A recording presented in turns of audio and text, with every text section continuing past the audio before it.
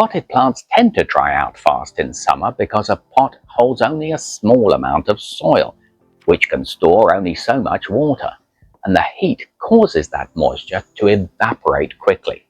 So if you have potted plants, keep watching. I'm going to walk you through what to do to ensure they do not dry out fast. First, cover the soil surface with mulch. You see, bare potting mix loses water into the air all day long, but a covering of organic material effectively slows that loss.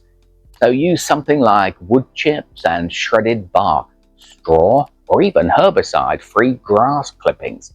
Mulching also keeps the surface cooler, so the roots underneath are protected from the summer sun.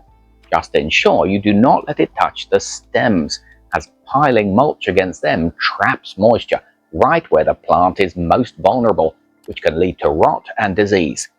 Next, move your pots into a shady spot. In the shade, a plant draws less water, and the cooler temperatures help conserve moisture. This matters most for terracotta and those thin plastic pots, which heat up fast and lose moisture quickly. And if a pot is too heavy to shift, stretch shade cloth over a frame above your plants, where they can sit up to 10 degrees cooler underneath. Then there's watering. But first, check that your plants actually need water. To do this, slip a finger below the surface to feel for moisture. And if it feels dry, it's time to water. And if your pot is small, lift it. If it feels lighter, that usually means the soil is dry.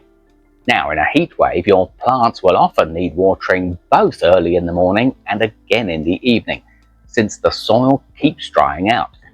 For the morning watering, aim to do it early, as the cooler air means less is lost to evaporation.